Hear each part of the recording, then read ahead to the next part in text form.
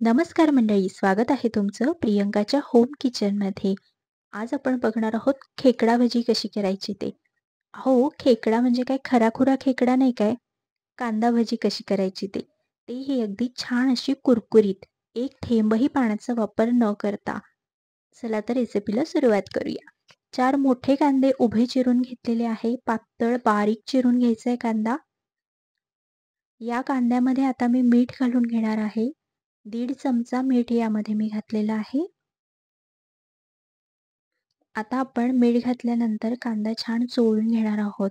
या कांद्याला जेवढं आपण चोळून घेणार ना, त्यातून पाणी जे आहे ते सुटणार आहे मिठाचं आणि त्याच पाण्यामध्ये आपण आपल्या भजीचं जे पीठ आहे ना, ते भिजवून घेणार आहोत. वेगळं कुठलंही पाणी यामध्ये मी वापरणार नाहीये. म्हणून ही प्रोसेस करून घेणं खूप जास्त गरजेचं आहे. एक 10 मिनिटं तसंच ठेवल्यानंतर छान असं पाणी सुटतं कांद्याला. चिमूटभर हळद घालायची आहे. 1 चमचा ओवा घालायचा आहे. 2 मोठे चमचे यामध्ये लाल तिखट घालायचं आहे आणि 2 चमचे यामध्ये तांदळाची पिठी वापरलेली आहे.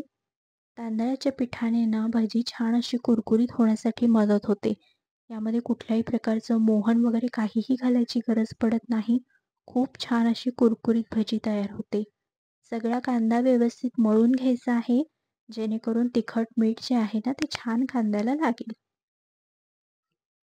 एक मोठा बाउल भरून मी बेसन पीठ घेतलेलं आहे, जे भजीसाठी आपण वापरणार आहोत. एकदम पीठ घालून आपण हे मळणार नाही आहोत. थोडं-थोडं पीठ घालायचं, कांदा मळून घ्यायचा आहे. या पद्धतीने आपण केलं, तर छान आपली भजी जी आहे ती कुरकुरीत होणार आहे. 2-2 चमचे पीठ घालून मी हे पुन्हा मळून घेते आहे.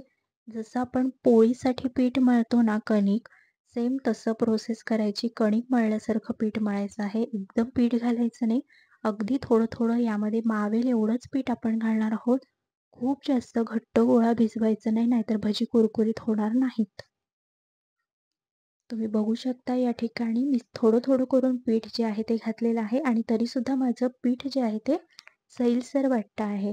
जर तुम्ही थोडं-थोडं पीठ घातलं ना, तर व्यवस्थित छान असं बॅटर तयार होतं. मी या 4 मोठ्या कांद्यांसाठी एक मोठा बाउल जो आहे ना, पिठाचा तेवढा पुरेसा होतो. तुम्ही बघू शकता भजी जी आहे ती छान या ठिकाणी पडणार आहे. या कन्सिस्टन्सीमध्ये तुमचं पीठ जे आहे ते तयार झालं पाहिजे. पाण्याचा एक थेंबही मी यामध्ये घातलेला नाही. आता कडकडीत तेल गरम करायचं, गॅस मीडियम फ्लेवर करायचा आणि मग यामध्ये आपण भजी जी आहे ती सोडणार आहोत. भजीला गोल आकार वगैरे देण्याची गरज नाहीये. ही खेकडा भजी आहे, त्यामुळे ही अशीच वाकडी-तिकडी पडणार आहे आणि जेव्हा ही अशीच वाकडी-तिकडी झाली, तरच ती छान अशी क्रिस्पी होणार आहे. तुम्ही बघू शकता या ठिकाणी एक 2 ते 3 मिनिटं भजी जी आहे ती छान आपण तळून घेणार आहोत. भजी नेहमी आपण मीडियम फ्लेमवर तळणार आहोत. जर आपण खूप मोठा गॅस केला तर भजी काळी होणार आणि आतून मऊ राहणार आणि जर खूप बारीक गॅसवर आपण तळलं तर भजी खूप जास्त तेल जे आहे ते शोषणार आणि खूप जास्त तेलकट होणार. यासाठी मीडियम फ्लेमवर आपण तळून घेणार आहोत. तुम्ही बघू शकता या ठिकाणी 2 ते 3 मिनिटं झालेले आहेत. रंगसुद्धा बदललेला आहे आणि खूप छान अशी कुरकुरीत भजी तयार झालेली आहे. टिश्यू पेपरवर आपण काढून घेणार आहोत. याच पद्धतीने आपण सगळी भजी जी आहे ती तळून घेणार आहोत. कांदा जो आहे ना, तो असा सुट्टा-सुट्टा यामध्ये घालायचा, जेणेकरून भजी जी आहे ती कुरकुरीत होईल. गोळे-गोळे यामध्ये घालायचे नाही, नाहीतर आतून भजी जी आहे ती मऊ राहील. तुम्ही बघू शकता या ठिकाणी सगळी भजी जी आहे ती छान तळून झालेली आहे आणि यासोबत मिरच्यासुद्धा मी तळून घेतलेल्या आहेत.